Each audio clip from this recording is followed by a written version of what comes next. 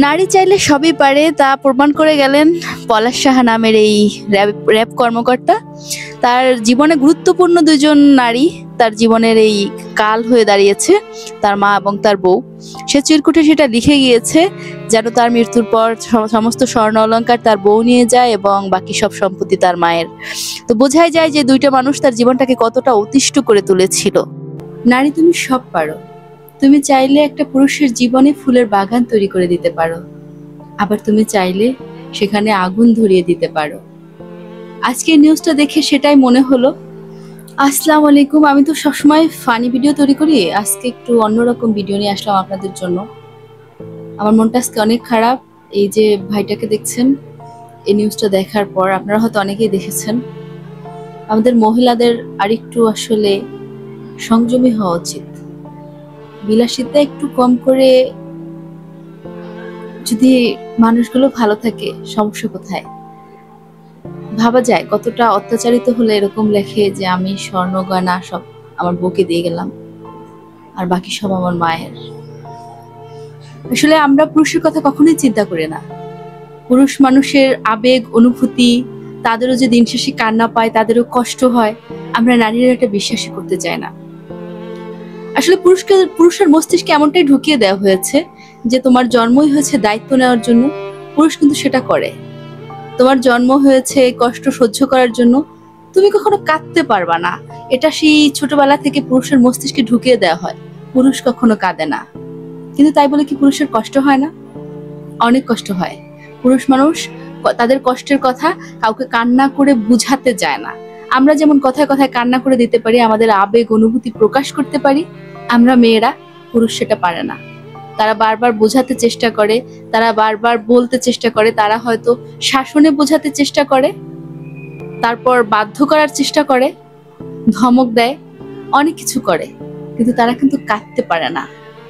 তারা কিন্তু দিন শেষে বলতে পারে না আমি ভালো নেই, আমাকে একটু শান্তি দাও, আমি দিন শেষে শান্তি চাই। আজকে এই নিউজটা দেখার পরে আমার এতটা খারাপ লেগেছে, আমি কি বলবো।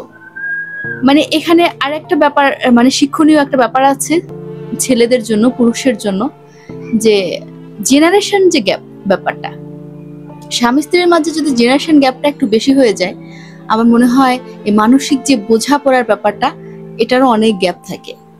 আর যেটার ফলশ্রুতিতে এই ভাইটাকে আজকে তার জীবনটা দিতে হলো। তাই সুন্দরী, রূপবতী, অপ্সরী দেখার আগে পুরুষদের দেখা উচিত যে মানসিকভাবে সেই মানুষটার সাথে সে আসলে কতটা অ্যাডজাস্ট করে থাকতে পারবে। সৌন্দর্য হয়তো চিরদিন থাকে না, কিন্তু সেই মানুষটার সাথে তো তার চিরদিন থাকতে হবে, এরকম একটা অঙ্গীকার নিয়েই তো আমরা আসলে বিয়ে শাদী করি, যে সারা জীবন একসাথে থাকবো। আর সেটা যদি না হয়ে ওঠে, সেটা যদি বিষাক্ত হয়ে ওঠে, তাহলে ওই সৌন্দর্যই তো আপনার কাল হয়ে উঠবে, যেটা এই ভাইয়ের ক্ষেত্রে হয়েছে। আমি ওনার ছোট ভাইয়ের সাক্ষাৎকার দেখেছিলাম, উনি বলেছিলেন যে ওনাদের মধ্যে একটা জেনারেশন গ্যাপ ছিল।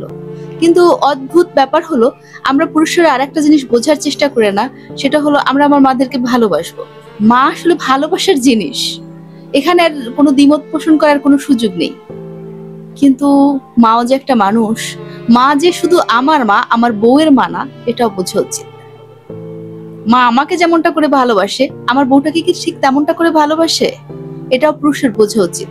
অন্ধ ভালোবাসা, অন্ধ বিশ্বাস, আপনি মাকে ভালোবাসবেন অন্ধভাবে না। অন্ধভাবে বলতে বুঝাচ্ছি, আপনারা আবার অনেকে হয়তো আমার কথায় খেপে যাবেন যে কি বলতেছে। অন্ধভাবে না বলতে বুঝাইছি যে ওই যে সে আপনার মা, যে মানুষটাকে আপনি বিয়ে করেছেন তার মা না। সে আপনার সাথে যেরকম বিহেভিয়ার করবে, যাকে বিয়ে করেছেন তার সাথে কিন্তু সেটা করবে না। তাই সেদিকটাতেও খেয়াল রাখা উচিত যে আপনার ঘরের মানুষটা আপনি যে সারাদিন রেখে যাচ্ছেন, আপনার মা তাকে কতটা সুখে রাখছে, বা আপনার বউ আপনার মাকে কতটা সুখে রাখছে। সে আপনার মা বলে কিন্তু একেবারে নিষ্পাপ ব্যক্তি না। সে একটা মানুষ, দিন শেষে সে কারো বউ, তারও পাপ আছে, তারও ভুল আছে, তারও সে সব জানতা সমস্যার নয়, এবং সে একদম ফেরেশতা নয়, তারও দোষ আছে। এগুলো ছেলেদের বোঝা উচিত। এইসব দিক বিবেচনা করে আমার মনে হয় বাইরের কালচারগুলো অনেক ভালো, কারণ সেখানে পুরুষ মানুষ বিয়ে করার পরে তারা কিন্তু একসাথে থাকে না। এই যে সব ভাইয়া আপুরা আছে বাহিরে থাকেন, ওনাদের ব্লগ ভিডিও তো দেখে থাকি, ওনাদের কালচার গুলো একটু ভিন্ন, দেখি যে ওনারা একসাথে থাকেন না, ওনারা আলাদা থাকেন, এবং ওনাদের সম্পর্কগুলো অনেক মিষ্টি। ওনারা মাঝে মাঝে বেড়াতে আসেন, বউ হয়তো বেড়াতে যাচ্ছে, শাশুড়ি বেড়াতে আসতেছে, শ্বশুর আসতেছে, এবং সুন্দর একটা সম্পর্ক ওনারা তুলে ধরেন। ওনাদের মাধ্যমে তো আমরা এগুলো দেখতে পারি। তো এভাবে থাকলে যদি সম্পর্ক সুন্দর থাকে তাহলে সমস্যা কোথায়? দূরে রেখে যদি ভালো থাকা যায়, সুখে থাকা যায়, সেটা ভালো না? এরকম করুণ পরিণতি তো আসে না। আর ছেলেদের মানসিক একটু শান্তিও থাকে।